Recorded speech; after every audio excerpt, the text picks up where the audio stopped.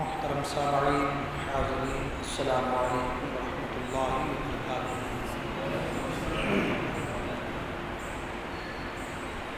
الحمدللہ وکفیٰ، سلام علی عبادہ الذین اصطفیٰ، اما بعد فاعوذ باللہ من الشیطان الرجیم، بفضلک بسم اللہ الرحمن الرحیم۔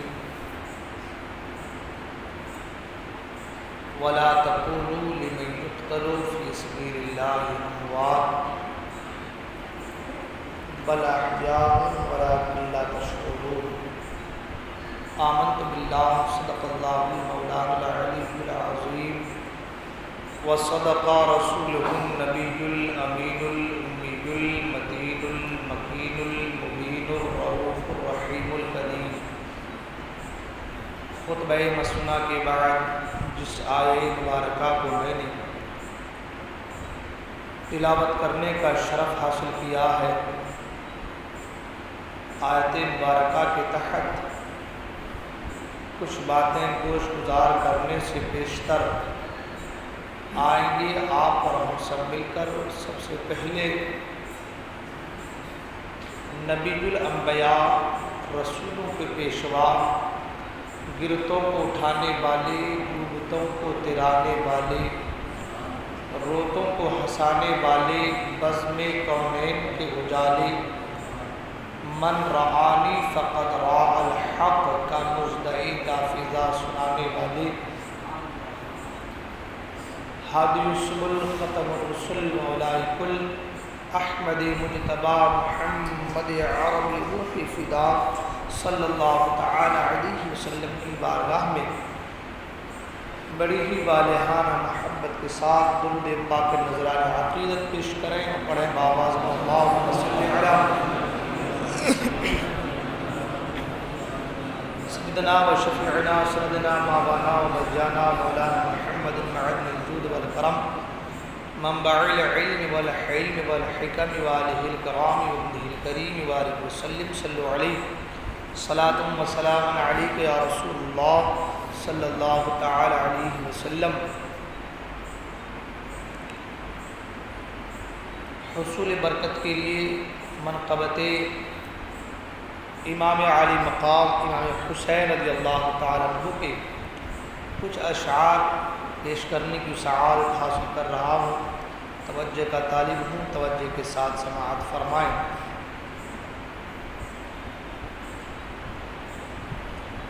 فراز عرش نے چوما حسین کا سجدہ، فراز عرش نے چوما حسین کا سجدہ، فراز عرش نے چوما حسین کا سجدہ، فراز عرش نے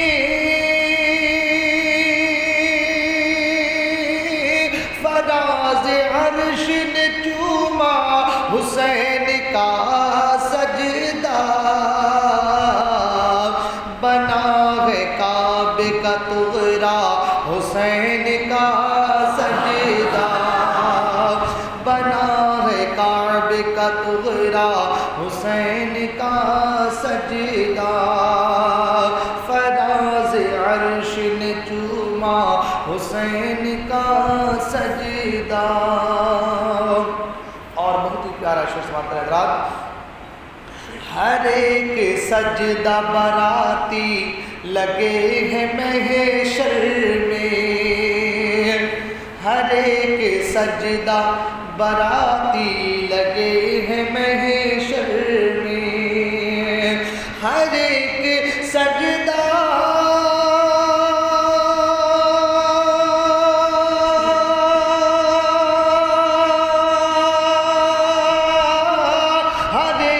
سجدہ براتی لگے ہیں محشر میں،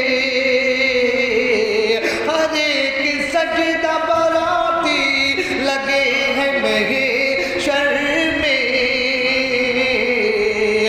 بنا ہے حشر میں، بنا ہے حشر میں دولہا حسین کا سجدار، بنا ہے حشر میں دولہا حسین کا سجدار، فراز عرش نے چوما حسین کا سجدار۔ اور جناب فاطمہ زہرا نے اپنے آنچل میں، جناب فاطمہ زہرا نے اپنے آنچل میں، جناب فاطمہ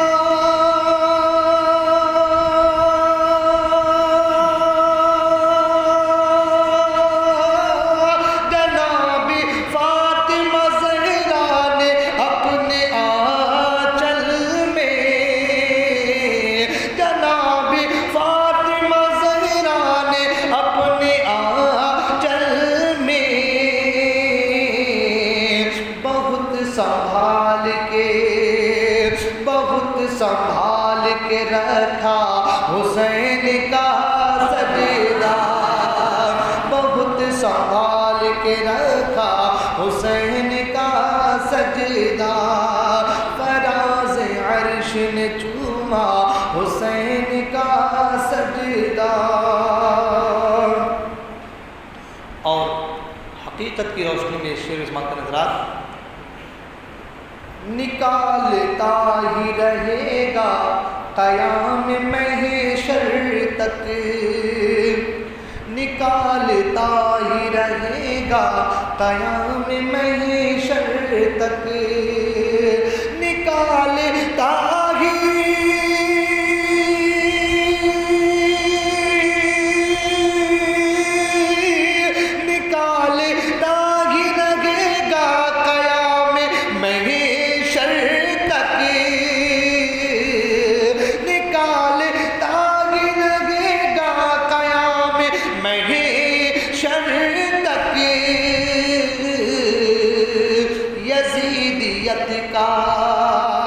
یزیدیت کا جنازہ حسین کا سجدار، یزیدیت کا جنازہ حسین کا سجدار، بنا ہے کعبے کا طغرا حسین کا سجدار۔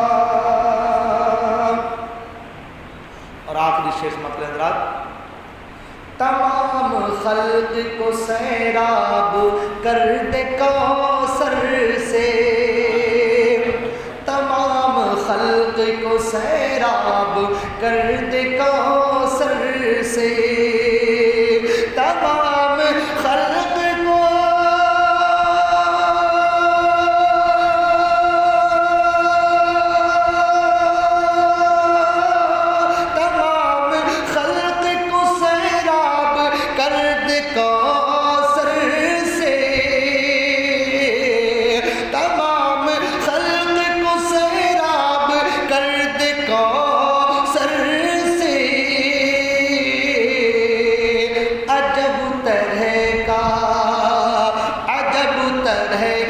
ہے پیاسا حسین کا سجدار، عجب طرح کا ہے پیاسا حسین کا سجدار، فراز عرش نے چوما حسین کا سجدار، بنا ہے کعبے کا طغرا حسین کا سجدار۔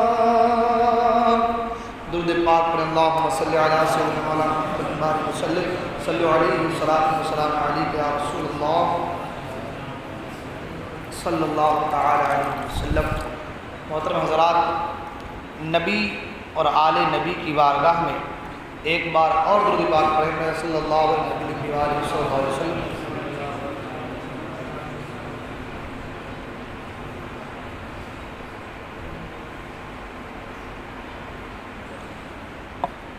صلو علیہ السلام علیہ یا رسول اللہ صلی اللہ تعالی علیہ وسلم۔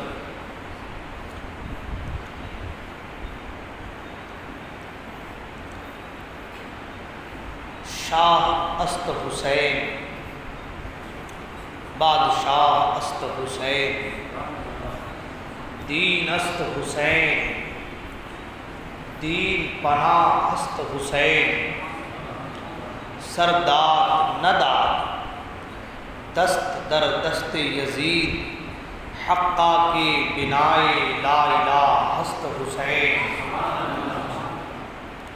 حسین شاہ ہے، حسین بادشاہ ہے، حسین دین کی پناہ ہے، سر دے دیا مگر نہ دیا ہاتھ یزید کے ہاتھ میں، حق یہ ہے کہ لا الہ کی بنا ہے حسین۔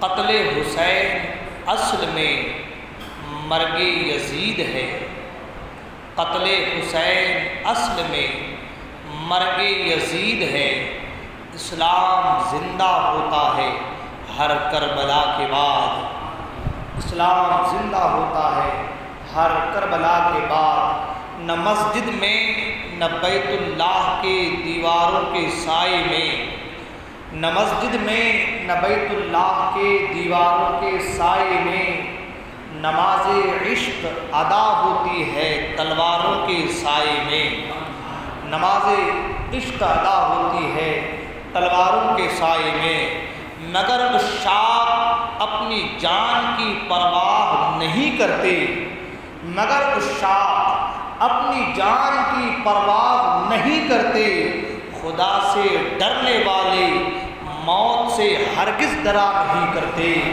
خدا سے ڈرنے والے موت سے ہرگز ڈرا نہیں کرتے۔ حضرات محترم، محرم الحرام شریف کی یہ 8ویں شب، 8ویں مجلس، اور ہم لوگ امام حسین رضی اللہ تعالیٰ عنہ کی بارگاہ میں خراج عقیدت پیش کرنے کے یہاں پر جمع ہوئے ہیں۔ خدا قدیر جبار کی بارگاہ میں دعا ہے اللہ تبارک و تعالی ہم تمام کو حق کہنے، حق سننے، حق پر عمل کرنے کی توفیق عطا فرمائے، اور اپنے آقاؤں، اپنے بزرگوں کی محبت میں جلائے، اور اپنے آقاؤں اور اپنے بزرگوں کی محبت میں موت نصیب فرمائے۔ حضرات محترم، آج 8ویں شب ہے، بہت دن گزر گئے، ہم لوگ خلفائے راشدین کے اور حضرت مولا حسن کے اہل بیت اطہار کی گفتگو کرتے رہے، باتیں سنتے رہے۔ آج جس عظیم اور پاک ہستی کا ہم ذکر کرنے کے لیے یہاں پر آئے ہیں، اس کے تعلق سے اللہ کے رسول صلی اللہ علیہ وسلم فرماتے ہیں کہ حسین منی و انا من الحسین۔ آقا فرماتے کہ حسین مجھ سے ہے اور میں حسین سے، حسین مجھ سے ہے اور میں حسین سے ہوں۔ حسین مجھ سے ہے، یہ بات تو سمجھ میں آ رہی ہے، حسین مجھ سے ہے، یہ بات تو سمجھ میں آ رہی ہے کہ حسین نواز سے ہے تو سرکار ہی سے ہے، حسین بیٹے ہیں تو سرکار ہی سے ہے، کیونکہ سرکار نے حسین کو اپنا شہزادہ کہا ہے، سبحان اللہ، اپنا بیٹا کہا ہے، سبحان اللہ۔ تو حسین سرکار سے ہے، یہ بات تو سمجھ میں آ رہی ہے، لیکن سرکار کہتے کہ حسین مجھ سے ہے اور میں حسین سے، حسین مجھ سے ہے، یہ تو سمجھ میں آنے والی بات ہے۔ یا رسول اللہ، حسین آپ کی ضروریت ہے، آپ کا نواسہ ہے، آپ کی آل ہے، یہ تو سمجھ میں آئی بات کہ یہ آپ سے ہے، لیکن آپ کا یہ فرمانا کہ میں حسین سے ہوں، یہ بات ہمارے سمجھ میں نہیں آ رہی۔ تو ہمارے بزرگوں نے فرمایا کہ سرکار نے جو کہا کہ حسین مجھ سے ہے اور میں حسین سے ہوں، تو مراد یہ ہے کہ حسین تو سرکار سے ہے، اور یہ فرمانا کہ میں حسین سے ہوں، میدان محشر میں جب دین اسلام کو ہر طریقے سے مٹانے کی سازشیں اور کوششیں رچی گئی تھی، اور بلکہ ناپاک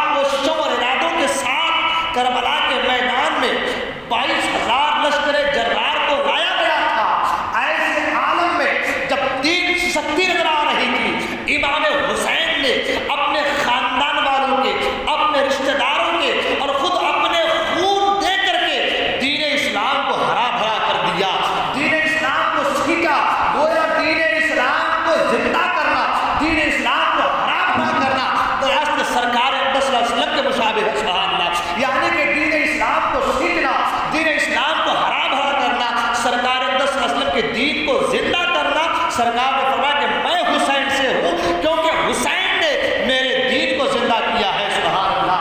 حسین نے میرے دین میں تر و تازگی پیدا کی ہے، حسین نے اپنے خون سے میرے دین کو سینچا ہے، اس لیے سرکار نے فرمایا حسین مجھ سے ہے اور حسین نے دین اسلام کی آپ بیانی کی ہے، اس لیے میں حسین سے ہوں، میں حسین سے ہوں، سبحان اللہ۔ حسین اعظم رضی اللہ تعالیٰ عنہ کی کون کون سی فضیلتوں کو میں آج آپ کے سامنے بیان کروں؟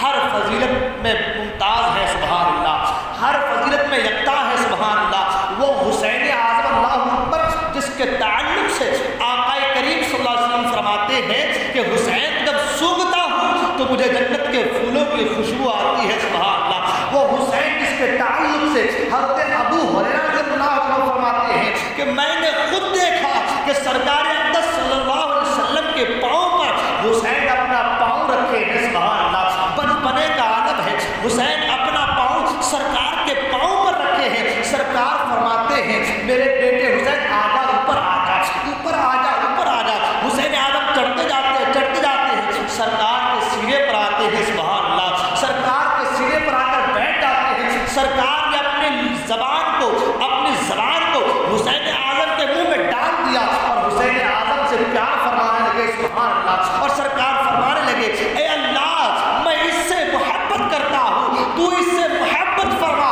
اور جو حسین سے محبت کرے پروردگار اس سے بھی محبت فرما، سبحان اللہ۔ سرکار اقدس صلی اللہ علیہ وسلم اپنے صحابہ کے ساتھ مدینے کی گلیوں سے گزر رہے تھے، ایسا لگ رہا تھا جیسے کہ 14ویں چاند کے ارد گرد ٹمٹماتے ہوئے ستارے ہیں، اللہ۔ صحابہ کے ساتھ مدینے کی گلیوں سے گزر رہے تھے، دیکھا کہ کچھ بچے کھیل رہے ہیں، سرکار قریب گئے اور جانے کا ایک بچے کو اپنے قریب لیا، اپنے پاس لیا اور پاس لینے کا اس بچے کو پیار کرنے لگے، اس بچے کو بوسہ دینے لگے، پیار کرنے لگے۔ صحابہ عرض کرتے ہیں یا رسول اللہ صلی اللہ علیہ وسلم آپ اس بچے سے اتنا پیار کیوں کرتے ہیں؟ اور بھی تو بچے ہیں، آپ اس بچے سے اتنا پیار کیوں فرماتے ہیں؟ آقا کریم صلی اللہ علیہ وسلم فرماتے ہیں اے میرے صحابہ سنو، بات دراصل یہ ہے اس بچے کے اندر اللہ تبارک و تعالیٰ نے کمال کا ادب پیدا فرمایا ہے، کمال کا ادب دیا اس بچے کو۔ ایک دن میں نے دیکھا کہ یہ بچہ میرے نواسے حسین کے ساتھ کھیل رہا تھا، جب کھیل رہا تھا تو میرا حسین جدھر جدھر چل کر جا رہا تھا میرے حسین کی پاؤں کی مٹی کو اٹھا کر کے یہ چوما کرتا تھا، سبحان اللہ۔ اللہ اکبر، بچپنے کا عالم ہے، بچے کھیل رہے ہیں مگر اللہ نے ادب دیا ہے تو کیا ادب دیا ہے، سبحان اللہ۔ وہ چھوٹا سا بچہ حسین اعظم کے پاؤں کی مٹی کو اٹھا کر چوما کرتا تھا۔ اے میرے صحابہ سنو، یہ بچہ میرے حسین سے محبت کرتا ہے تو میں اس بچے سے محبت کرتا ہوں، اور سنو میں اس سے پیار کرتا ہوں، کل میدان محشر میں اس کی شفاعت کروں گا اور اس کے ماں باپ کی بھی شفاعت کر کے جنت کا پروانہ عطا کرواؤں گا، جنت دلواؤں گا ان کے ماں باپ کو، کیونکہ پیار بچہ میرے حسین سے کرتا ہے۔ بچہ پیار کرے حسین سے تو بچہ بھی جنتی ہو اور بچے کے ماں باپ بھی جنتی ہو، سبحان اللہ۔ کیا محبت حسین ہے! میں نے پہلے ہی کہا تھا کہ میں کون سی فضیلتیں آپ کی بیان کروں۔ حلم میں یگانہ ہے، عدل میں یگانہ ہے، عفو درگزر میں یگانہ ہے، جو ہے علم میں بے مثال ہے۔ جس پہلو کو آپ امام حسین کی لے لیں، ہر ایک پہلو یگانہ ہے، اور ہو کیوں نہ سبحان اللہ، اس لیے کہ سیرت مبارکہ امام حسین کی جو اتنی اعلیٰ بنی ہے سرکار کی وجہ سے تو بنی ہے، سبحان اللہ۔ سرکار کے سائے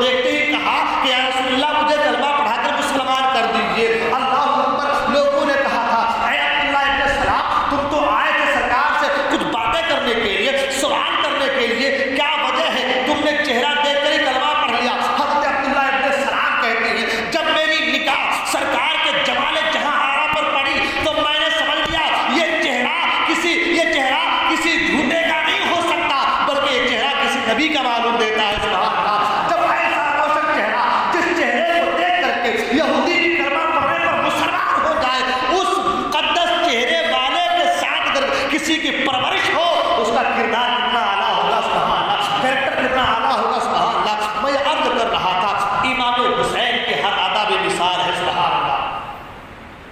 اب آپ اور ہم علماء کرام سے امام حسین کی فضیلتوں کو سنتے آئے ہیں فضیلتوں کو، ہم بات کو آگے بڑھاتے ہیں۔ امام حسین رضی اللہ عنہ پیدا ہوئے، سبحان اللہ۔ امام حسین رضی اللہ تعالیٰ عنہ پیدا ہوئے 5 شعبان معظم میں مدینہ منورہ میں 4 ہجری میں آپ پیدا ہوئے، سبحان اللہ۔ 4 ہجری میں امام حسین رضی اللہ عنہ کی پیدائش مدینہ منورہ میں ہوئی۔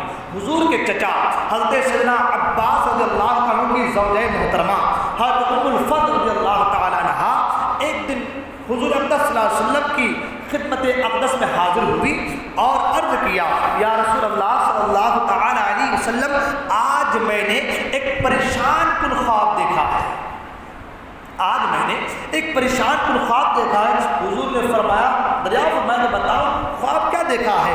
عرض کیا وہ بہت ہی دہشتناک خواب ہے، بیان کرنے کی جرت نہیں ہو رہی۔ حضور نے مقرر فرمایا بیان تو کرو کیا بات ہے، خواب کیا ہے؟ اللہ اکبر، وہ کہتی ہیں یا رسول اللہ صلی اللہ علیہ وسلم میں نے دیکھا کہ آپ کے جسم پاک کا ایک ٹکڑا کاٹا گیا اور میری گود میں رکھا گیا۔ اللہ اکبر، آقا کریم صلی اللہ علیہ وسلم نے ارشاد فرمایا فقال رسول اللہ رأیت خیر تلد فاطمۃ انشاءاللہ غلاما یکون فی حجرک، فرمایا انشاءاللہ تعالی فاطمہ زہرا رضی اللہ عنہا کے یہاں بیٹا ہوگا اور وہ تمہاری گود میں رکھا جائے گا، چنانچہ حضرت امام حسین رضی اللہ عنہ پیدا ہوئے اور ام الفضل رضی اللہ عنہ کی گود میں دیے گئے۔ جب آپ کو یعنی حضور پاک صلی اللہ علیہ وسلم کو آپ کی پیدائش کی خبر پہنچی تو سرکار دو عالم صلی اللہ علیہ وسلم حضرت سیدہ فاطمہ زہرا رضی اللہ عنہ کے مکان پر تشریف لائے اور فرمایا میرے بیٹے کو میرے پاس لا۔ چنانچہ امام حسین رضی اللہ عنہ کو ایک سفید کپڑے میں لپیٹ کر حضور کی خدمت میں پیش کیا گیا۔ حضور اقدس صلی اللہ علیہ وسلم نے دائیں کان میں آذان اور بائیں کان میں تکبیر کہی اور اپنا لعاب دہن آپ کے منہ میں ڈالا، آپ کے حق میں دعا فرمائی، پھر 7 دن آپ کا نام حسین رکھا اور فرمایا عقیقہ کرو اور سر کے بالوں کو اتار کر ان کے ہم وزن چاندی خیرات کر دی۔ حضرت امام حسین رضی اللہ عنہ کے بچپن کے 7 سال 7 مہینے اور 7 دن اپنے نانا جان صلی اللہ علیہ وسلم کی آغوش رحمت میں گزرے ہیں۔ حضور اقدس صلی اللہ علیہ وسلم اکثر اوقات آپ کو اپنے ساتھ رکھتے تھے اور ہر چیز کے آداب سکھاتے تھے۔ بخاری شریف میں حضرت سیدنا امام بخاری رضی اللہ عنہ نے اپنی کتاب میں ایک بڑا واقعہ درج فرمایا ہے کہ ایک مرتبہ حضور اقدس صلی اللہ علیہ وسلم کی بارگاہ میں زکوٰۃ کی کھجوروں کا ایک ٹکڑا آیا۔ اتنے میں سیدنا امام حسین رضی اللہ عنہ آ گئے اور ابھی آپ کا بچپنا تھا، ایک کھجور اٹھا کر منہ میں رکھ لی۔ حضور اقدس صلی اللہ علیہ وسلم نے اسی وقت آپ کے منہ میں انگلی ڈال کر کھجور نکالی اور کھجور کے نکالتے ہوئے فرمایا کہ کف یعنی نبی کے اہل بیت زکوٰۃ نہیں کھایا کرتے۔ اللہ اکبر۔ اب آپ مجھے بتائیں کہ جن کو بچپن سے ہی آداب وہ سکھا رہے ہیں، سبحان اللہ، کہ جن کی زندگی ہر ایک کے لیے اسوہ حسنہ ہے، سبحان اللہ، ہمیں آج جو کچھ بھی نصیب میسر ہوا ہے، چلنا پھرنا اٹھنا بیٹھنا کھانا پینا بولنا سلام دعا غسل کے طریقے وضو کے طریقے جو ہے بیت الخلاء جانے کے طریقے، جو کچھ بھی ہماری روزمرہ کی ہے، جو کچھ بھی ہمارے پاس ہے اور صبح قیامت تک جو کچھ بھی ہم کرنے والے ہیں، یہ ساری چیزیں ہمیں سرکار کی طرف سے آئی ہے۔ سبحان اللہ، جو سب کا رول ماڈل ہو، جن کی زندگی سب کے لیے اسوہ حسنہ ہو، اور جن کی زندگیوں کا مطالعہ کر کے انسان کے نفوس پاک و صاف ہو جائے، اس پاک مبرہ اور منزہ ہستی کی پرورش میں امام حسین ہے۔ سبحان اللہ، کیا کیا نہ عطا ہوا ہوگا، کیا کیا نہ دیے ہوگے۔ سبحان اللہ، امام حسین رضی اللہ تعالیٰ عنہ سرکار اقدس صلی اللہ علیہ وسلم کی پرورش میں رہے، اور پرورش کا نتیجہ ہے کہ اپنا سر تو دیا لیکن دین اسلام پر آنچ نہیں آنے دیا۔ آج لوگ کہتے ہیں کہ امام حسین کو اگر معلوم ہوتا تو کربلا جاتے ہی نہیں، اگر معلوم ہوتا تو کربلا جاتے ہی نہیں۔ اور جب حضرت عبداللہ ابن زبیر نے روکا تھا، حضرت عبداللہ ابن عمر نے روکا تھا، دیگر صحابہ نے روکا تھا، تو جانا نہیں چاہیے تھا کربلا۔ نہ جاتے، نہ یہ ساری چیزیں ہوتی تو بہتر ہوتا کہ نہ جاتے، مگر لوگوں کو یہ معلوم نہیں کہ امام حسین رضی اللہ تعالی عنہ کی شہادت کی خبر آپ کے پیدا ہوتے ہی مشہور ہو چکی تھی۔ ایسا نہیں کہ لکی چھپی بات ہے، ایسا نہیں کہ یہ لکی چھپی بات ہے کہ بھائی بات چھپی ہوئی ہے تو چلو جو ہے لوگوں کو پتہ نہیں ہے۔ امام حسین رضی اللہ تعالیٰ عنہ کے پیدا ہوتے ہی آپ کی شہادت کی خبر مشہور ہو چکی تھی، بلکہ یہاں تک فرمایا گیا کہ شیر خارگی کے عالم میں حضور نبی کریم صلی اللہ علیہ وسلم نے اپنی چچی حضرت ام الفضل رضی اللہ تعالی عنہا کو آپ کی شہادت کی خبر دی۔ شہزاد رسول سیدہ خاتون جنت نے اپنے اس نونہال کو زمین کربلا میں خون بہانے کے لیے اپنا خون جگر دودھ کی شکل میں پلایا۔ اللہ اکبر،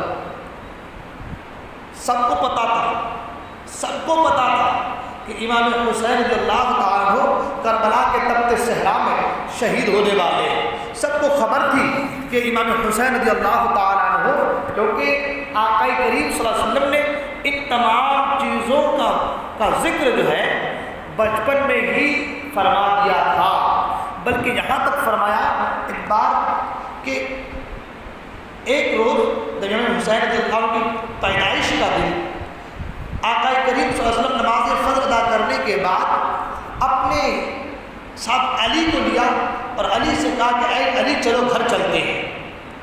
سرکار نے علی کو لیا، کہا چلو گھر چلتے ہیں۔ حضرت علی کے گھر میں سرکار پہنچے، سبحان اللہ، اپنی بیٹی فاطمہ کے گھر میں سرکار پہنچے، سبحان اللہ۔ جب سرکار پہنچے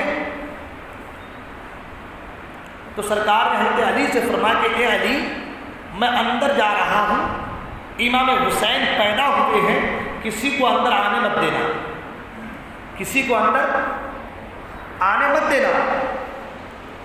حضرت علی دروازے پر کھڑے ہو گئے، اتنے میں حضرت ابوبکر صدیق رضی اللہ تعالیٰ عنہ آ گئے۔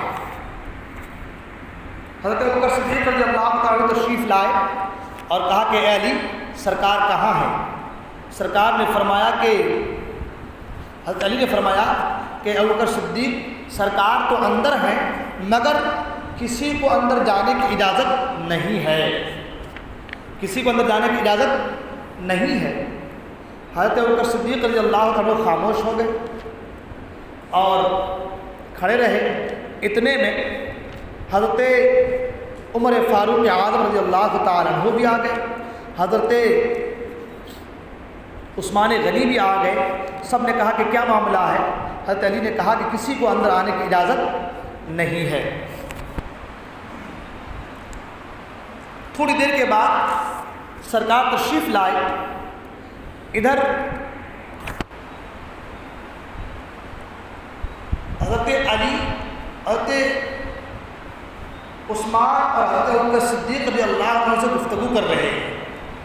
گفتگو یہ کر رہے ہیں کہ 1,00,000 سے زائد فرشتے امام حسین کی ولادت کے موقع پر حضرت فاطمہ زہرا رضی اللہ عنہا کے گھر پر آئے ہیں. یعنی حضرت امام حسین کی ولادت ہو رہی ہے اور 1,00,000 سے زائد فرشتے امام حسین کی ولادت پر آئے ہوئے ہیں. سرکار باہر تشریف لائے اور لانے کے بعد سرکار اقدس صلی اللہ علیہ وسلم نے فرمایا کہ اے علی تم کیا کہہ رہے تھے؟ حضرت علی کہتے یا رسول اللہ صلی اللہ علیہ وسلم میں یہ عرض کر رہا تھا کہ 1,00,000 سے زائد فرشتوں کا یہاں پر نزول ہوا ہے. سرکار نے فرمایا کہ اے علی تمہیں کیسے معلوم ہوا کہ 1,00,000 سے زائد فرشتوں کا یہاں پر نزول ہوا ہے؟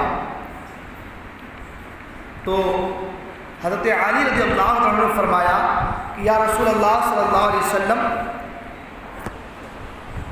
جب فرشتے اتر رہے تھے تو میں انہیں دیکھ بھی رہا تھا، ان کی باتوں کو سن بھی رہا تھا. سبحان اللہ. یعنی فرشتوں کا نزول ہو رہا ہے تو حضرت علی فرشتوں کے نزول کو دیکھ بھی رہے ہیں اور فرشتے جو گفتگو کر رہے ہیں ان کو سماعت بھی کر رہے ہیں، سبحان، سن بھی رہے ہیں.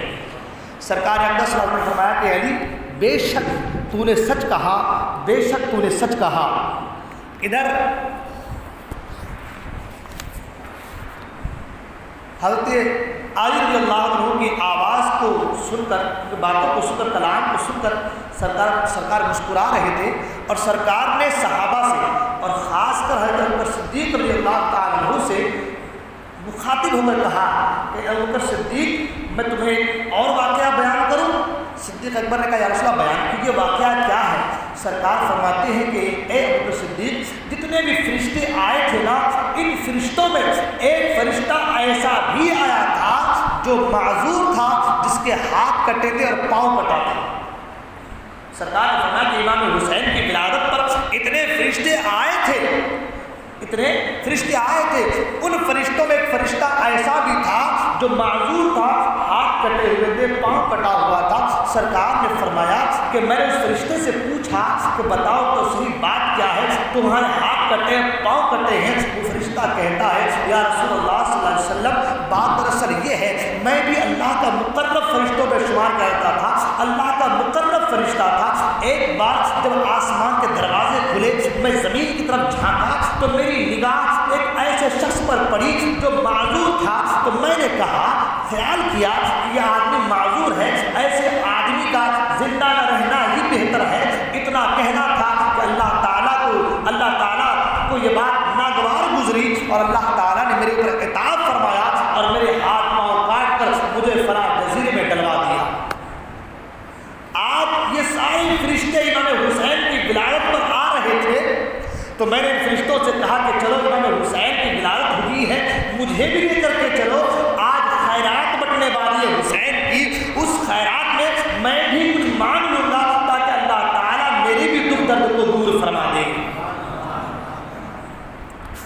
سرکار کو سوسن فرماتے ہیں کہ وہ فرشتہ آیا اور پھر آنے کے بعد مجھ سے کہا کہ یا رسول اللہ صلی اللہ علیہ وسلم حرمت حسین کے طفیل، آج حسین کی پیدائش ہوئی ہے، حرمت حسین کے طفیل سرکار کی بارگاہ میں دعا کر دے، حرمت حسین کے طفیل اللہ کی بارگاہ میں دعا کر دے کہ اللہ تعالیٰ میری توبہ قبول فرما لے اور مجھ سے یہ عذاب کو دور فرما دے. اللہ اکبر. سرکار نے دعا فرمائی، ادھر دعا فرمائی، ادھر دعا باب دعوت سے ٹکرائی.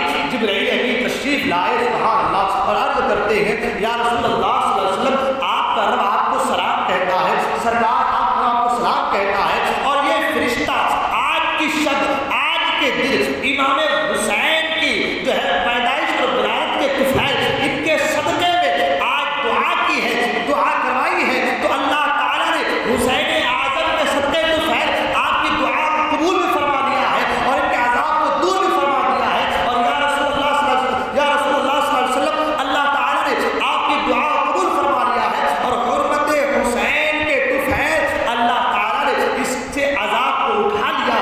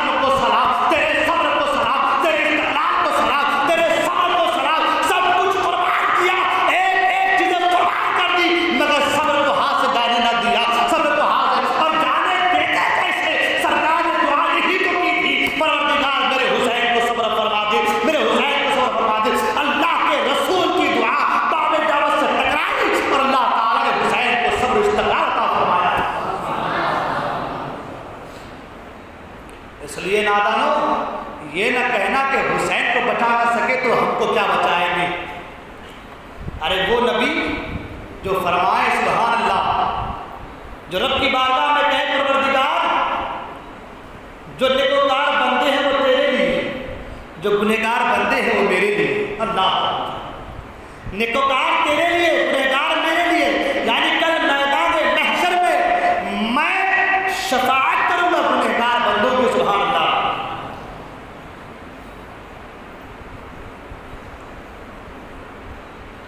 وہ استاد زمان علامہ حسن رضا خان کا وہ شعر نہیں ہے، تمہارا نام مصیبت میں جب لیا ہوگا، ہمارا بگڑا ہوا کام بن گیا ہوگا، اور گنہگار پر جب لطف آپ کا ہوگا، گنہگار میں جب لطف آپ کا ہوگا، کیا بغیر کیا بے کیا کیا ہوگا.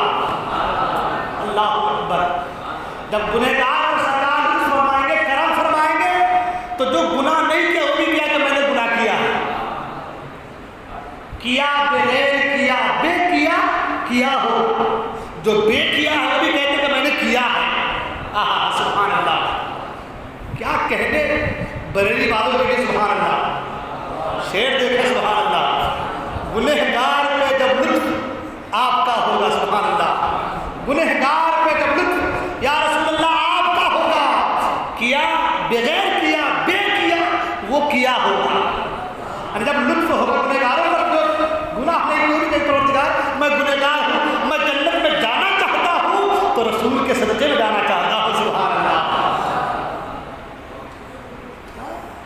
جو نبی گنہگاروں کو جنت سے نکال کر جنت کا پروانہ عطا کرے. سبحان اللہ. سرکار فرماتے ہیں کہ میں اپنے سر کو اس وقت تک سجدے سے نہ اٹھاؤں گا جب تک کہ ایک ایک امتی بخشا نہ جائے گا.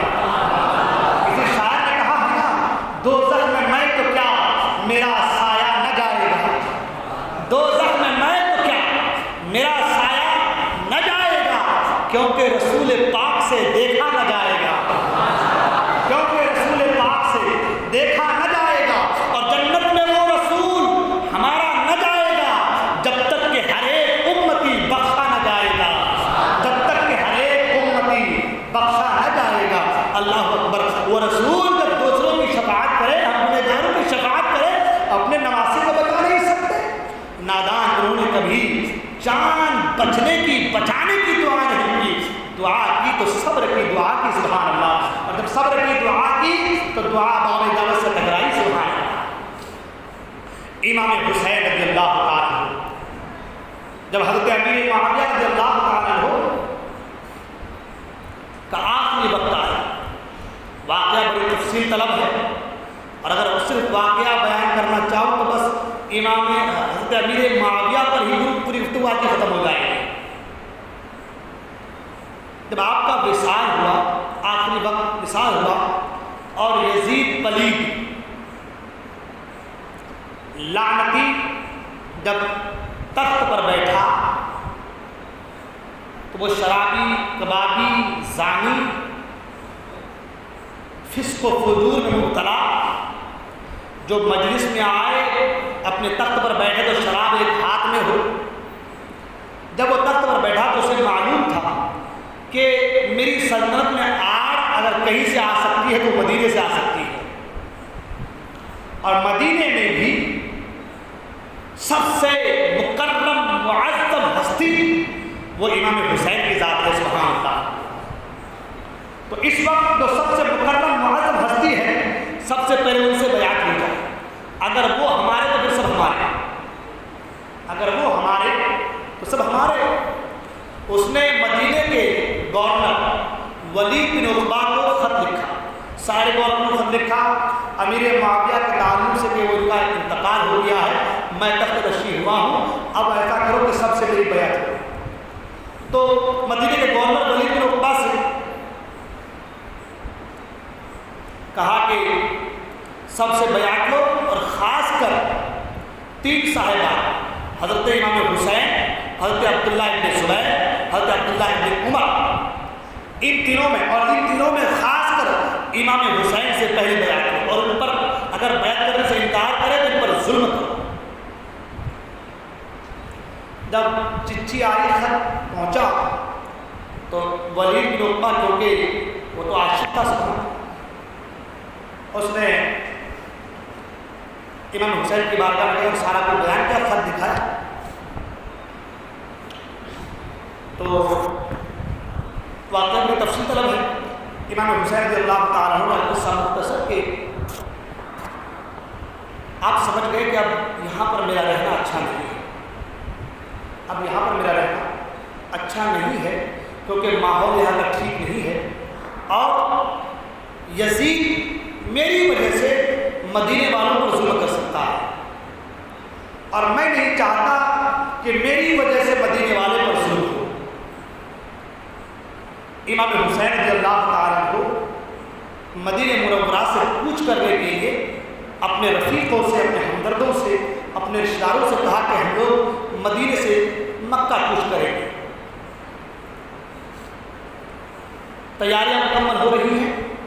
امام حسین رضی اللہ تعالیٰ کو آخری شب ہے اور آج کی رات مدینے سے نکلنا ہے، کیونکہ امام حسین کو یہ بھی معلوم تھا کہ یزید فاسق ہے اور میرے بیعت کے انکار کرنے پر وہ ظلم کرے گا، اور میں کبھی بھی ایک فاسق کے ہاتھ پر ہاتھ دے نہیں سکتا. تو بہتر ہے کہ یہاں سے چلا جائے. امام حسین رضی اللہ تعالیٰ عنہ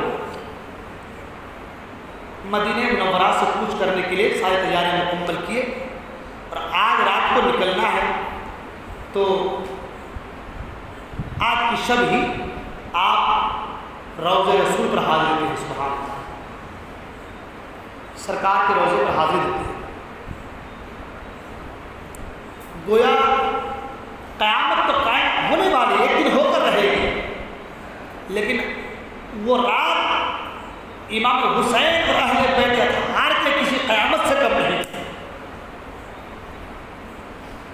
کہ وہ مدینہ، اللہ اکبر، دنانا کا مدینہ، سبحان اللہ، وہ مدینہ جس مدینے میں امام حسین کا بچپنا گیا، جوانی گئی، لڑکپن گیا، سارا خاندان، کنبہ، قبیلہ سب مدینے میں، آج امام حسین سے مدینہ چھوٹ رہا ہے. اپنے نانا جان کے مزار پر گئے اور جانے کے بعد قبر انور سے لپٹ گئے. قبر انور سے لپٹے اور رو رو کر کہہ رہے نانا جان آپ کا مدینہ مجھ سے چھوٹ رہا ہے. اللہ اکبر. حاجیوں سے پوچھے جو 10 دن کے لیے، صرف 10 روز کے لیے مدینہ جاتا ہے، 8 روز کے 10 دن کے مدینہ جاتا ہے، مدینے سے واپس آتا کپڑے سمیٹتے ہیں نا تو دل تڑپ جاتا ہے کہ میں مدینے سے واپس جا رہا ہوں.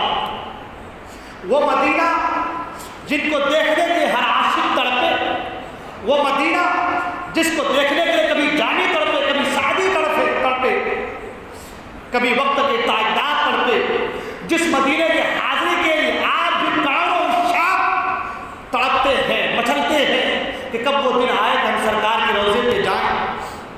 ایک عام انسان مدینہ منورہ کو چھوڑ کر واپس آنا نہیں چاہتا، لیکن وہ حسین، اللہ اکبر، جن کا بچپنا مدینے میں، لڑکپن مدینے میں، جوانی مدینے میں، سرکار کے ہاتھوں کو پکڑ کر چلنا مدینے میں، سرکار کے سینے پر سونا مدینے میں، حضرت فاطمہ زہرا سلام اللہ علیہ رضی اللہ تعالی عنہا، علی مرتضیٰ کے یہ نازنین، یہ آنکھوں کے تارے ہر لمحہ مدینے میں رہے. آج مدینہ چھوٹ رہا ہے. اللہ، اور مدینہ چھوٹ رہا ہے کس وجہ سے؟ اپنے نانا جان کی امت کی وجہ سے.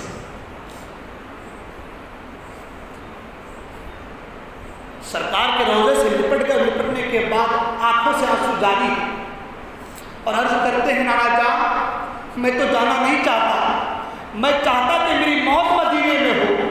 ہر ایک نے تمنا کی ہے مدینے مرنے کی. سرکار یا رسول اللہ میں چاہتا ہوں کہ میری موت مدینے میں ہو، لیکن کیا کروں، قضاء الہی کچھ اور ہے. آج آپ کا حسین مدینے کو چھوڑ کر جا رہا ہے. اللہ اکبر. کیا درد بھری آواز نکلی ہوگی.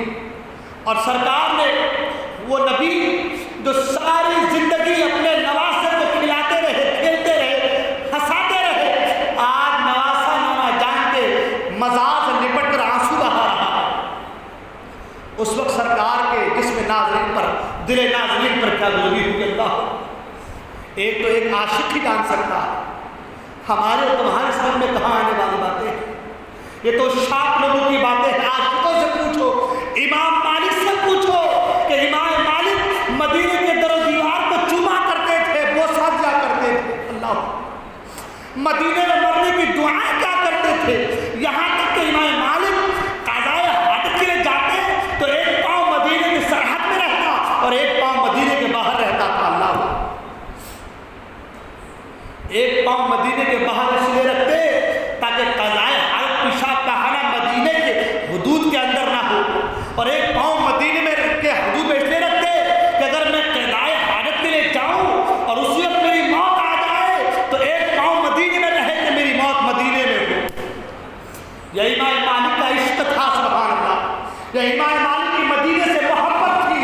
اللہ اکبر، بڑے بڑے ساتھی زمانہ اور شاہ مدینے میں مرنے کی دعائیں مانگتے ہیں، مدینے میں مرنے کی آرزو کرتے ہیں، لیکن آج نبی کا نواسہ، نبی کے جو ہے جگر کا ٹکڑا، نبی کے دل ناظرین کا ایک جو ہے دل ناظرین کا جو ہے خوبصورت سا پیار محبت تو کہہ لیا، آج وہ مدینے سے کوچ کر رہا، اللہ مدینے سے رخصت ہو رہا، رو رہے ہیں، آنکھوں سے آنسو بہا رہے، یا رسول اللہ آپ کا حسین مدینے سے جا رہا ہے، سرکار بابا جان اب آپ کا حسین واپس آنے والا نہیں ہے، آخری بار سلام پیش کرنے کے آپ کی بارگاہ میں آیا ہے، نانا جان آپ کی بارگاہ میں یہ میرا آخری سلام ہے، حسین کا آخری سلام قبول کر لیجئے۔ اللہ اکبر، کیا سما ہوگا، کیا کیفیت ہوگی، وہ رات کتنی کربناک رات ہوگی، کتنی دردناک رات ہوگی، قیامت سے کم نہ ہوگی۔ اللہ اکبر، امام حسین آخری سلام پیش کرتے ہیں، اور آخری سلام پیش کرنے کے بعد پھر اپنی امی جان کے قبر منور کے پاس آتے ہیں۔ امی جان آپ کا حسین آج جا رہا، آپ کے حسین کا آخری سلام ہے، یہ الوداعی سلام ہے، امی جان آپ کے حسین کے آخری سلام کو قبول فرمائیں۔ وہ فاطمہ زہرا سلام اللہ علیہا، اللہ اکبر، جن کے وصال کی آخری تاریخ ہے، اور اس آخری دن میں اپنے نواسوں کو اپنے بچوں کو نہلا رہی ہے، دھلا رہی، اچھے کپڑے پہنا رہی، کھانا کھلا رہی، اپنے ہاتھوں سے آنکھوں سے آنسو۔ حضرت علی کہتے ہیں فاطمہ کیا بات ہے، آج بچوں کے لیے ساری چیزیں، بچوں کو نہلا رہی ہو، دھلا رہی ہو، کھانا بنا کے خود سے کھلا رہی ہو، آنکھوں سے آنسو، کیا بات ہے؟ حضرت فاطمہ کہتی ہے کہ میرا آخری وقت ہے، اللہ میرے بچوں کا خیال رکھنا، میرے بچوں کا خیال رکھنا۔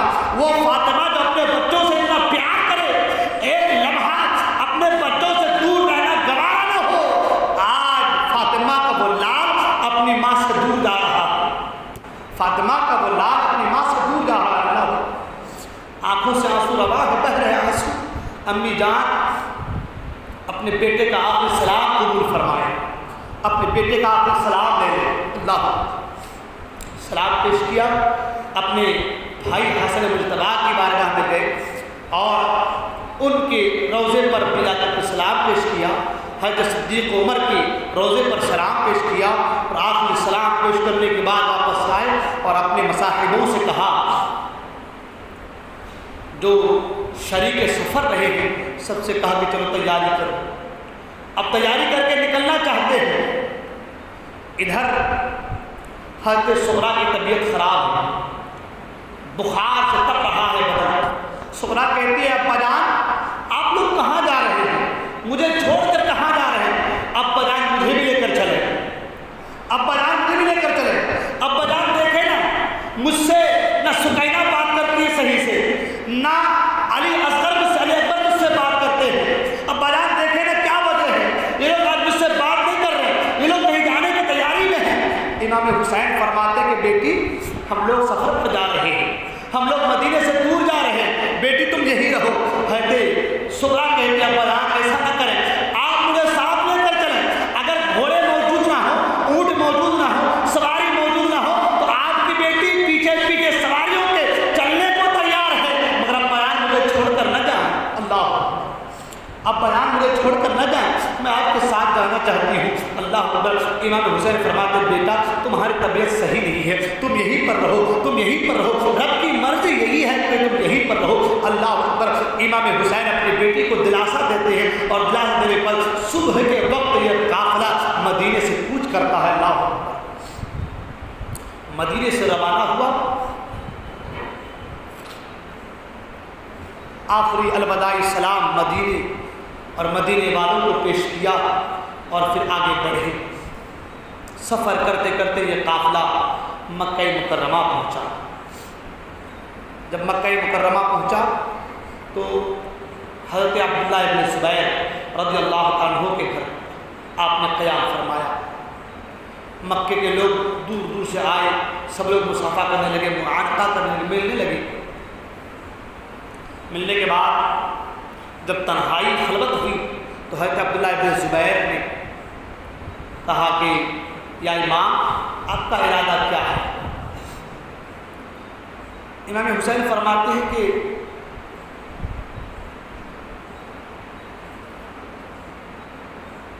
کوفیوں کے خطوط آ رہے ہیں، اور جب کوفہ سے خطوط آ رہے ہیں تو اب مجھے کوفہ چلنا چاہیے۔ حضرت عبداللہ ابن زبیر نے کہا کہ آپ جتنی بھی فوج کہیں گے اتنی فوج میں جمع کر دوں۔ کوفے کے لوگ صحیح لوگ نہیں ہیں، دھوکے باز لوگ ہیں۔ دیکھیں انہوں نے امام حسن کے ساتھ کیا سلوک کیا، آپ کے بابا جان علی مرتضیٰ کے ساتھ کیا سلوک کیا۔ آپ کوفہ نہ جائیں، آپ کوفہ نہ جائیں، آپ یہیں پر رہیں، ہم سب آپ کے ساتھ ہیں، اور ہم لوگ یزید کے خلاف جنگ کریں گے، اور کیونکہ آپ کے باپ دادا کی حکومت رہی ہے اور رہے گی، اس لیے ہم آپ کو اپنا خلیفہ جو ہم مقرر کرتے ہیں، اور ہم آپ کی سرپرستی میں، آپ کی بیعت میں یزید سے لڑنے کو تیار ہیں، اپنے خون کا ایک ایک قطرہ آپ کے نام پر قربان کرنے کو تیار ہیں۔ امام حسین فرماتے ہیں ایسی بات نہیں ہے، نہ مجھے حکومت کی لالچ ہے، نہ مجھے حکومت چاہیے، بلکہ میرے نانا جان صلی اللہ علیہ وسلم نے جو کچھ کہا ہے وہ حق ہو کر رہنا ہے۔ اور اے عبداللہ ابن زبیر، اگر میں خدا کی قسم کسی حشرات الارض، کسی جانور کے سوراخ میں گھس جاؤں، دل میں گھس جاؤں، اور میری موت کوفے کی سرزمین پر ہونا ہے، تو مجھے اس سوراخ سے نکال کر کوفہ پہنچایا جائے گا۔ اس لیے میں اپنے آپ کو قضاء و قدر کے حوالے کرتا ہوں۔ حضرت عبداللہ ابن زبیر نے کہا کہ یا امام آخری مشورہ کریں، اب انتظار کریں، مشورہ کریں۔ ادھر کوفیوں کے خطوط پر خطوط آ رہے تھے۔ ایک جگہ فرمایا گیا کہ 1500 خطوط کوفیوں کے آئے،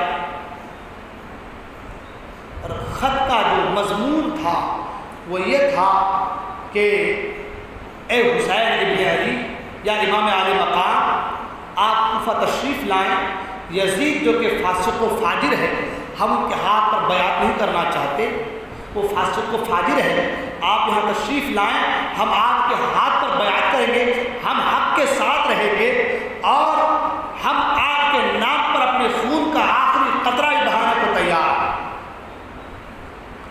اور یہ بھی لکھا گیا اگر آپ تشریف نہ لائے تو کل میدان محشر میں ہم رب کی بارگاہ میں فریاد کریں گے، پروردگار عالم، ہم نے تیرے محبوب کے نواسے کی بیعت کے لیے اقرار کیا تھا، بیعت کرنا چاہتے تھے، ہم نے بلایا تھا، لیکن آپ تیرے محبوب کا نواسا امام حسین نہ آیا، جس کی وجہ سے ہمیں مجبوراً یزید کے ہاتھ اور فاسق کے ہاتھ پر بیعت کرنی پڑی۔ امام حسین نے وہ سارے خطوط حضرت عبداللہ ابن زبیر کو دکھا بتا کہ دیکھو ان خطوط کا جواب کیا ہے، اگر میں نہ جاتا ہوں تو کل قیامت کے دن میں پکڑا جاؤں گا۔ اللہ تعالیٰ اور خود میرے نانا جان جب مجھ سے سوال کریں گے کہ میرے بیٹے حسین کیا دین اسلام کے لیے، اسلام کی سربلندی کے لیے تم یہ کام نہ کر سکتے تو میں کیا جواب دوں گا؟ اس لیے میرا جانا طے ہے۔ سب نے مشورہ دیا کہ ٹھیک ہے اگر آپ جانا چاہتے ہیں تو سب سے پہلے آپ اپنے کسی معتمد خاص کو، کسی معتمد آدمی کو آپ بھیجیں، وہ جا کر وہاں کے حالات سے آپ کو آگاہ کرے، اگر حالات وہاں کے بہتر ہوں تب آپ وہاں پر تشریف لے جائیں۔ آپ نے اس مشورے کو قبول فرمایا اور اپنے بھائی حضرت امام مسلم کو آپ نے اپنا نائب بنا کر کے کوفے کے روانہ فرمایا۔ امام مسلم رضی اللہ تعالیٰ عنہ جب کوفے کے روانہ ہونے لگے تو آپ کے 2 شہزادے آپ کے ساتھ ہو لیے، محمد اور ابراہیم، وہ دونوں آپ کے ساتھ ہو لیے۔ حضرت امام مسلم رضی اللہ تعالیٰ عنہ سب سے پہلے مکے سے مدینہ تشریف لائے اور مدینہ آنے کے بعد روضہ رسول پر حاضری دی، اور حاضری دینے کے بعد اپنے گھر والوں سے کہا کہ میں کوفہ جا رہا ہوں، تم لوگ مدینے سے مکہ آ جاؤ اور مکے سے امام حسین کے ساتھ کوفہ آ جاؤ۔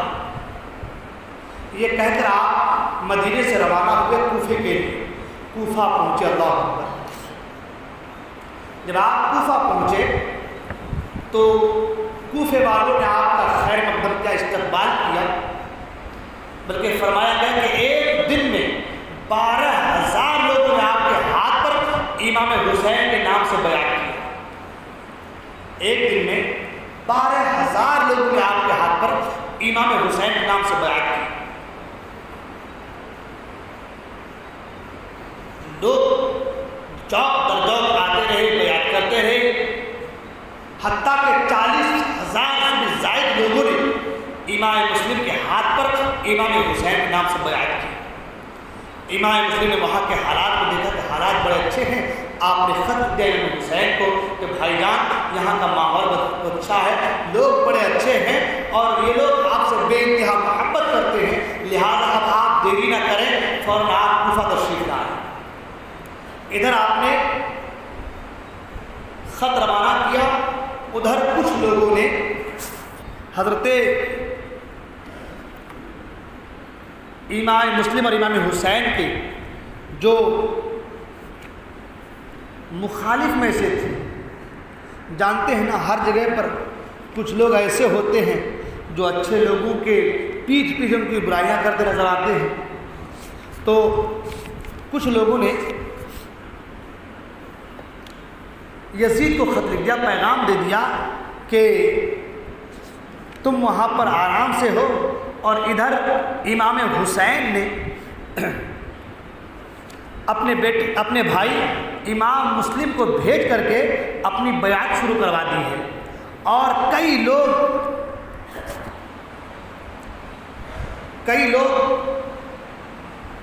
بلکہ کئی ہزار لوگ امام حسین کے نام پر امام مسلم کے ہاتھ پر بیعت کر چکے ہیں۔ اب اگر تم نے جلدی نہ کی تو تمہاری سلطنت خطرے پر ہے۔ ادھر خط پہنچا اور ادھر یزید نے نعمان بن بشیر کو معزول کر کے ان کی جگہ پر عبید اللہ ابن زیاد کو، جو کہ بصرہ کا گورنر تھا، اس کو وہاں کا گورنر بنا کر ہاتھ میں خط دے کر کے روانہ کر دیا۔ ابن زیاد بہت ہی زیادہ چالاک آدمی تھا۔ وہ کیا کیا، اس کو پتا تھا کہ اگر میں ڈائریکٹ جاؤں گا تو لوگ مجھے اندر گھسنے دیں گے نہیں قلعے میں، تو اس نے کیا کیا کہ حجازی لباس، عرب کے لوگوں کا، حجازی لوگوں کا کچھ خاص لباس ہوتا تھا، سرکار کے گھرانے والوں کا کچھ خاص لباس ہوتا تھا، حجازی لوگوں کا جو لباس ہوتا ہے اس لباس کو پہن لیا، اور جو راستہ مکہ مکرمہ سے ہدایت کی طرف سے آتا ہے اسی راستے سے عین مغرب اور عشاء کے بیچوں بیچ میں آیا۔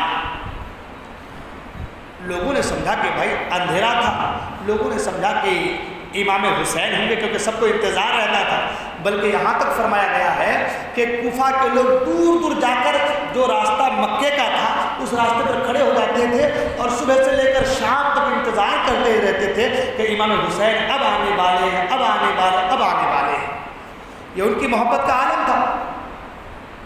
اب جب مغرب اور عشاء کے بیچوں بیچ میں اندھیرے میں حجازی لباس پہن کر کے ابن زیاد آنے لگا تو سب نے سوچا کہ بھائی کہ امام حسین ہی ہوں گے، امام حسین ہی ہوں گے۔ تو سب نے امام حسین کے نام کا نعرہ لگانا شروع کر دیا، اور ابن زیاد خاموشی سے سارا کچھ سنتا رہا، کچھ نہیں بولا، اور ان کے ساتھ آگے بڑھتا رہا۔ آگے بڑھتے بڑھتے گورنر ہاؤس پہنچ گیا۔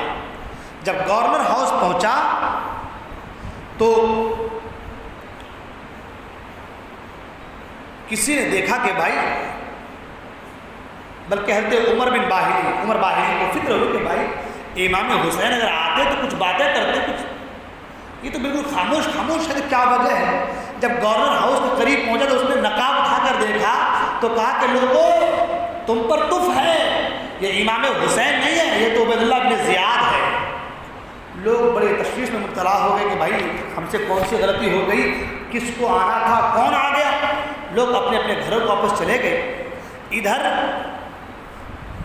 عبید اللہ بن زیاد نے نعمان بن بشیر جو کہ اہل بیت اطہار کا محب تھا اور اس وقت جو ہے وہاں کا گورنر تھا، اس کو بلایا، بلانے کے بعد خط اس کو دیا، اور دینے کے بعد کہا کہ تم نے یزید کی جو نمک حرامی کی ہے اس کی وجہ سے یزید نے تمہیں معزول کر دیا ہے، تم نے حسین سے بیعت نہیں کی، بلکہ تم نے حسین سے اور مسلم سے یزید کی بیعت نہیں لی، اور تم جو ہے امام حسین کو یہاں پر بلانے کے چکر میں ہو، تو لہٰذا تم کو معزول کیا جاتا ہے، اور تمہاری جگہ پر یزید نے مجھے یہاں کا گورنر بنایا ہے۔ حضرت نعمان بن بشیر نے کہا کہ میں حسین اعظم سے محبت کرتا ہوں، اگر حسین اعظم کی محبت یزید کے لیے غداری ہے تو غداری ہی صحیح، میں اپنی جان قربان کر سکتا ہوں، لیکن حسین اعظم سے کبھی غداری نہیں کر سکتا۔ اور اگر حسین اعظم کی محبت میں مجھے یہاں کی گورنری سے معزول کیا جا رہا ہے تو مجھے خوشی ہے کہ مجھے حسین کے نام پر معزول کیا جا رہا ہے۔ معزول کیا گیا۔ ادھر ابن زیاد نے سارے لوگوں کو بلا، جو بڑے بڑے لوگ تھے، اور بلا کر کہا کہ سنو، یزید تخت نشی ہوا ہے، تم سب کے سب یزید کے ہاتھ پر بیعت کر لو۔ اگر کسی نے بھی یزید کے خلاف آواز اٹھائی یا یزید کے خلاف گیا یا حسین کے نام پر بیعت کی تو ان کی بیویاں بیوہ ہو جائیں گی، ان کے بچے یتیم ہو جائیں گے، اور یزید تمہیں ایسا سبق سکھائے گا کہ کئی دنوں تک تمہارے اس داستان کو دنیا یاد کرتی نظر آئے گی۔ اب کوفے کے لوگ جو تھے نا، وہ پہلے ہی اعتبار والے نہیں تھے۔ حضرت عبداللہ ابن زبیر نے کہا تھا یہ لوگ اعتبار کے لائق نہیں ہیں۔ اب وہ لوگ کہنے لگے کہ بھائی یہ دو بادشاہوں کا جھگڑا ہے، اس میں ہم کو نہیں پڑنا چاہیے، یہ دو بادشاہوں کا جھگڑا ہے، تخت کی لڑائی ہے، اس لیے ہمیں اور آپ کو اس جھنجٹ میں، جھمیلے میں نہیں پڑنا چاہیے، لہٰذا ایسا کرو کہ ہم لوگ اپنے اپنے گھروں میں چلو، یہ لوگ آپس میں نپٹ لیں گے۔ ادھر امام مسلم رضی اللہ تعالیٰ عنہ نماز سے کھڑے ہوئے تو بتایا جاتا ہے کہ جب نماز سے کھڑے ہوئے تو 1200 لوگ ان کے پیچھے تھے۔ جب سلام پھیرے تو ایک بھی آدمی موجود ہے۔ امام مسلم نے مسجد سے باہر نکل کر ایک بچے سے کہا کہ بچے آج کیا بات ہے کہ کوفہ میں سنسان پر لوگ نظر نہیں آ رہے؟ بچے نے کہا کہ عبید اللہ ابن زیاد یہاں کا گورنر مقرر ہوا ہے، اور اس نے اعلان کیا کہ یزید کی بیعت کرو، اور جو یزید کی بیعت نہیں کرے گا اسے قتل کر دیا جائے گا۔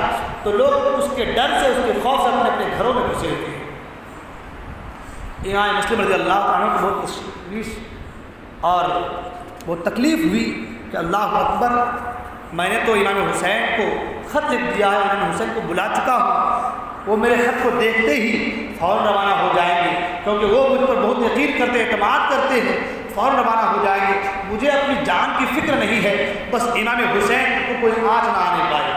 اللہ اکبر۔ امام مسلم اسی شکپن میں تھے کہ خیال آیا کہ کوفہ کے سرداروں میں حانی بن عروہ ہیں جو محب اہل بیت بھی ہیں، چل کر ان سے مشورہ کرنا چاہیے کہ کیا کیا جائے۔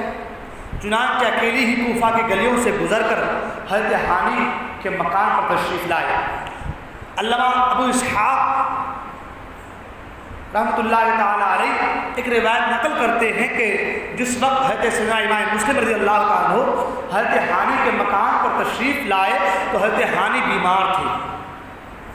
حضرت امام مسلم کی آواز سنتے اٹھے اور بڑی تعظیم و تقریب کے ساتھ آپ کو مکان کے اندر لے آئے، سب قصہ سنا، پھر سنتے ہی عرض کی کہ حضور ابن زیاد سے میرے دوستانہ تعلقات ہیں، وہ میری بیماری سن کر عیادت کی غرض سے ضرور آئے گا، آپ مسلح ہو کر میرے اس مکان کے فلاں گوشے پر تشریف فرما رہے ہیں، اور جب میں زبانی باتوں میں سمجھاؤں گا، اول تو میں اسے زبانی باتوں میں سمجھاؤں گا، جب وہ نہ سمجھے گا تو میں اپنا عمامہ اتار کر زمین پر رکھوں گا، پھر اسے اٹھا کر سر پر رکھوں گا، بس آپ اسی وقت اسے قتل کر دینا۔ حضرت امام مسلم رضی اللہ تعالیٰ عنہ نے حضرت ہانی کی صلاح کو پسند فرمایا۔ ادھر ابن زیاد نے 2-3 دن کے اندر جب کوفہ کے تمام شرفاء وہ روسا کو ہیرا و تدبیر سے قید کر لیا تو پھر حضرت امام مسلم کی گرفتاری پر انعام کا اعلان کر دیا، اور ساتھ ہی ساتھ اسے حضرت ہانی رضی اللہ تعالیٰ کا خیال آیا۔ لوگوں سے پوچھا کہ حضرت ہانی کا کیا حال ہے، وہ ابھی تک مجھ سے ملنے کیوں نہیں آئے؟ لوگوں نے بتایا کہ وہ بیمار ہیں، تو وہ خبیث خود عیادت کے لیے آیا۔ جب ابن زیاد حضرت ہانی کے پاس آیا تو آ کر بیٹھ گیا، اور آپ نے پوچھا کہ ابن زیاد کوفہ کس غرض سے آئے؟ ابن زیاد نے کہا کہ مسلم بن عقیل نے امام حسین کی طرف سے سخت فتنہ پھیلایا ہے، اس کو ختم کرنے کے لیے میں یہاں کا حاکم مقرر کیا گیا ہوں۔ حضرت ہانی نے کہا کہ ابن زیاد، کیا تمہارے نزدیک حضرت مسلم بن عقیل اور امام حسین فتنہ پرور ہیں؟ ابن زیاد نے کہا ہاں، اگر کہ ابن رسول اللہ ہیں مگر حاکم سے مخالفت کرنے والا واجب القتل ہے۔ حضرت ہانی خاموش ہو گئے اور سمجھ گئے کہ اس کا ایمان نکل چکا ہے۔ اپنے سر سے عمامہ اتارا اور اتار کر زمین پر رکھا اور پھر سر پہ رکھا۔ حضرت امام مسلم کا انتظار کرتے رہے کہ امام مسلم جیسا میں نے کہا تھا کہ امامہ جب اتار کر رکھوں اور پھر پہن لوں تو آپ سمجھ جانا اور آپ قتل کر دینا، تو آپ نے امامہ اتار کر رکھا، پھر پہن لیے اور انتظار کرنے لگے کہ اب امام مسلم جو ہے تلوار سے وار کریں گے، مگر امام مسلم کی نظر میرے امام پر نہیں پڑی ہوگی، تو پھر سے دوبارہ آپ نے ایسا ہی کیا۔ حضرت ہانی بے قرار ہو گئے اور 2 شعر پڑھے۔ ابن زیاد تحیر ہو کر پوچھنے لگا کہ اس وقت آپ کا مزاج کیسا ہے؟ حضرت ہانی نے تو جواب نہیں دیا، البتہ آپ کے ذمہ داروں نے یہ کہہ کر بات ٹال دی کہ ہر روز دوپہر کے بعد ان کی یہی حالت ہو جاتی ہے کہ شعر پڑھنے لگتے ہیں، امامہ اتار کر رکھنے لگتے ہیں، پھر پہننے لگتے ہیں۔ لوگوں نے ایسا کہہ دیا۔ ابن زیاد وہاں سے اٹھ کر چلا گیا۔ ابن زیاد کے چلے جانے کے بعد امام مسلم رضی اللہ عنہ تشریف لائے اور حضرت ہانی کے پاس بیٹھ گئے۔ حضرت ہانی نے کہا کہ حضور آپ نے یہ کیا کیا؟ کتنا اچھا انتظام تھا، اپنی تمام بلائیں دفع ہو جاتی، مجھے اس وقت کے نکل جانے کا بے حد صدمہ ہوا ہے، اور اب فکر ہے کہ اگر شہزادے حسین تشریف لائے تو کیا ہوگا۔ حضرت امام مسلم رضی اللہ تعالیٰ عنہ نے حضرت ہانی کی باتیں سنی اور فرمایا، ہانی جو تمہارا اور ہمارا خیال تھا وہ خیال تھا، مگر مشیت الہی کو کچھ اور ہی پسند تھی۔ مشیت الہی کچھ اور ہے۔ جب تمہارا اشارہ کرنے پر میں پہلی دفعہ اٹھا تو کسی نے زور سے میری کمر پکڑ لی اور آواز آئی کہ مسلم ہرگز ایسا نہ کرنا، تقدیر الہی کچھ اور ہے۔ اللہ تقدیر الہی کچھ اور ہے، اور میں مجبوراً بیٹھ گیا۔ دوسری بار اٹھا پھر وہی آواز آئی، تیسری بار اٹھا پھر وہی آواز آئی، اور صاف کہا گیا کہ ابھی اس کا پیمانہ عمر لبریز نہیں ہوا ہے، ابھی اس کی بدعمالیوں کا پیالہ نہیں بھرا ہے، لہذا ہرگز نہ جاؤ، خاموش بیٹھے رہو۔ یہ سن کر میرے جسم میں طاقت نہیں رہی کہ اٹھتا۔ حضرت ہانی نے یہ سن کر کہا، بندہ کی کچھ نہیں مجال، مرضی مولا از ہما اولا، اللہ کی جو مرضی ہے وہ ہو کر رہنا ہے۔ حضور آپ میرے گھر پر تشریف فرما رہے ہیں، جو ہوگا وہ دیکھا جائے گا۔ اب کوفہ کے ہر گلی کوچے میں امام مسلم رضی اللہ عنہ کی تلاش شروع ہو گئی۔ اعلان تو کر دیا گیا تھا کہ جو امام مسلم کو پکڑ کر لائے گا اسے انعام سے نوازا جائے گا۔ اللہ اکبر، سواروں کے دستے شہر کوفہ کے باہر گشت کرنے لگے، ہزار تلاش کرنے پر بھی ابن زیاد کو امام مسلم کا پتہ نہ چل سکا۔ تو اس نے ایک تجربہ کار جاسوس جس کا نام معقل تھا، اسے بہت کچھ انعام اور لالچ دے کر کے امام مسلم رضی اللہ عنہ کی تلاش کرنے کے لیے مقرر کیا۔ وہ جاسوس کوفہ کے گلیوں کوچوں میں گھومنا شروع کیا اور یہ ظاہر کرتا رہا کہ میں امام حسین کا بھیجا ہوا آیا ہوں، امام حسین نے مجھے مکے سے مدینے سے بھیجا ہے، ان کا بھیجا ہوا آیا ہوں اور میں امام مسلم سے ملنا چاہتا ہوں۔ یہاں تک کہ وہ کوفہ کے اس محلے میں پہنچا جس محلے میں حضرت ہانی بن عروہ کا مکان تھا۔ چنانچہ محلے کی مسجد میں گیا، دیکھا کہ حضرت مسلم بن اوسجا اسدی نماز پڑھ رہے ہیں۔ جب وہ نماز سے فارغ ہوئے تو سلام کر کے ان کے قریب بیٹھ گیا اور رازدارانہ انداز میں کہا ان کے کان میں کہ میں ملک شام سے آیا ہوں، محب اہل بیت ہوں، مجھے جب بھی امام حسین کی زیارت کا شوق ہوتا تو میں ان کی خدمت میں حاضر ہو جاتا ہوں۔ ابھی جب میں مکہ مکرمہ میں ان کی زیارت کے لیے حاضر ہوا تو انہیں بہت فکر مند پایا۔ میں نے وجہ پوچھی تو فرمایا کہ مجھے اپنے بھائی امام مسلم کی فکر ہے، اگر تجھ سے ہو سکے تو کوفہ جا اور انہیں کسی تدبیر سے اپنے ساتھ لے کر کے آ۔ چنانچہ میں 3000 دینار لایا ہوں تاکہ اگر روپیہ کی ضرورت پڑے تو مجبور نہ رہ جاؤں۔ اگر آپ کو ان کا پتہ معلوم ہے تو آپ مجھے حضرت مسلم کا پتہ بتا دیں تاکہ میں دشمنوں کے چنگل سے اسے نکال کر مکہ مکرمہ لے کر کے جاؤں۔ یہ ہیلہ، یہ تدبیر جب اس موکل اور جاسوس نے کی حضرت مسلم بن اوسجا اسدی نے تو پہلے کچھ شبہ کیا، پھر اس کی باتوں میں آ گئے اور یقین کر لیا اور اپنے ساتھ حضرت ہانی کے مکان میں حضرت امام مسلم رضی اللہ عنہ کے پاس لائے۔ اس جاسوس نے پورا اطمینان کر کے 3000 دینار حضرت امام مسلم کو پیش کر دیے اور نہایت اطمینان سے ابن زیاد کے پاس واپس آیا اور سارا قصہ بیان کر دیا۔ سارا قصہ بیان کیا۔ ابن زیاد نے فوراً محمد بن اشعث کندی، اسما بن خارجہ فرازی، عمر بن حجاج دیناری کو حکم دیا کہ حضرت ہانی کو ہمارے پاس لاؤ۔ یہ تینوں جس وقت حضرت ہانی کے مکان پر پہنچے تو دروازے پر ہی مل گئے۔ ابن زیاد کا پیغام سنتے ہی کھٹکے حضرت ہانی سمجھ گئے کہ معاملہ کچھ گڑبڑ ہے، دال میں کچھ کالا ہے۔ محمد بن اشعث سے کہا کہ تم چلو، میں ابھی آتا ہوں۔ گھر کے اندر تشریف لائے، سارا قصہ حضرت امام مسلم کو بتایا، پھر غسل کیا، کپڑے بدلے، تلوار کمر سے باندھی اور حضرت امام مسلم سے عرض کیا کہ حضور گواہ رہیے گا، اب شاید میں زندہ نہ رہ سکوں، آپ اللہ کے سپرد ہیں اور یہ گھر آپ کے سپرد ہے۔ اور پھر سلام کر کے قدم کو چوما اور قدم کو چوم کر کے حضرت ہانی روانہ ہو گئے۔ ابن زیاد کے سامنے پہنچے، اس نے کوئی توجہ نہیں کی، آپ نے سلام کیا تو بڑی خوش روی سے کہنے لگا کہ ہانی، تم نے دشمن یزید مسلم بن عقیل کو اپنے گھر میں بٹھا رکھا ہے، اس پر میری دوستی کے تم دعوے دار بھی ہو اور سامان جنگ خرید کر ان کی قوت بڑھا رہے ہو اور یہ سوچتے ہو کہ مجھے اس کی خبر نہیں ہے۔ حضرت ہانی نے فرمایا کہ یہ سب لغو اور بہتان ہے، تمہیں ایسی باتیں کرنا زیب نہیں دیتا۔ اس پر ابن زیاد نے اس جاسوس کو سامنے کر دیا اور کہا کہ بتاؤ کیا کیا صورتیں ہیں۔ اس خبیث نے، اس جاسوس نے سارا قصہ بیان کیا۔ حضرت ہانی نے طیش میں کہا کہ اے مردود حرام خور دغاباز، یہ سب آگ تیری ہی لگائی ہوئی ہے۔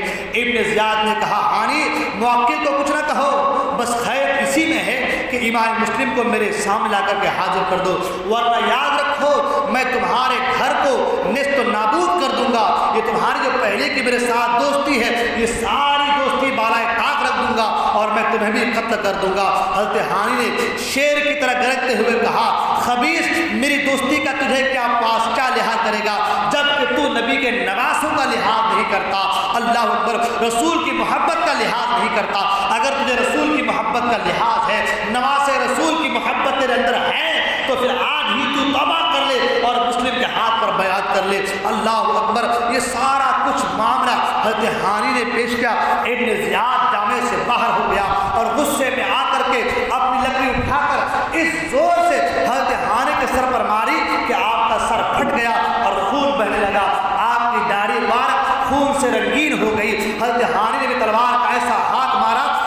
زیاد بھی سخت زخمی ہو گیا اور اس کا ریشمی جبہ جو پہنے ہوئے تھا کٹ گیا۔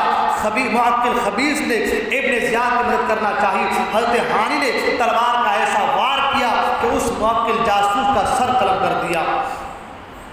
حضرت ہانی کی یہ شجاعت دیکھ کر کے ابن زیاد نے اپنے درباریوں کو برا بھلا کہنا شروع کر دیا اور کہا کہ تم لوگ یہ سب کچھ دیکھ رہے ہو اور یہ نام جو ہے یہ شخص جو ہے مجھ پر وار کر رہا ہے، تمام لوگ تماشائی بنے دیکھتے ہو۔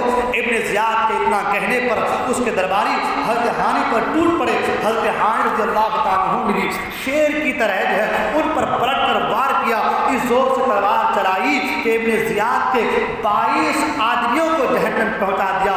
ابن زیاد نے اس نازک صورتحال کو دیکھ کر داؤد عمارہ کے دروازہ کوفہ پر چڑھ کر چلانا شروع کیا۔ باہر اس کی فوج تھی، وہ سارے کے سارے مدد کے لیے آئے، حضرت ہانی کو نرغے میں لے لیا اور حضرت ہانی رضی اللہ تعالیٰ کچھ دیر مقابلہ کیا، آخر شدید زخمی ہو کر کے گرفتار ہو گئے اور ابن زیاد کے سامنے پیش کیا۔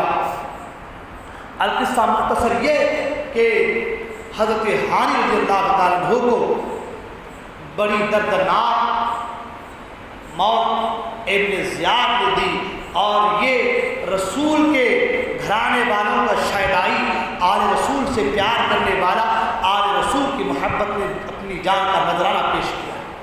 انا للہ و انا الیہ راجعون۔ حضرات محترم، انشاءاللہ العزیز کل ہم لوگ امام مسلم اور ان کے 2 بچے اور انشاءاللہ آگے کے واقعات کو بیان کریں گے انشاءاللہ۔ میں عرض کر رہا تھا میرے دوست کہ یہ واقعات کربلا ایسے ہیں، یہ 10 دن کچھ نہیں ہے۔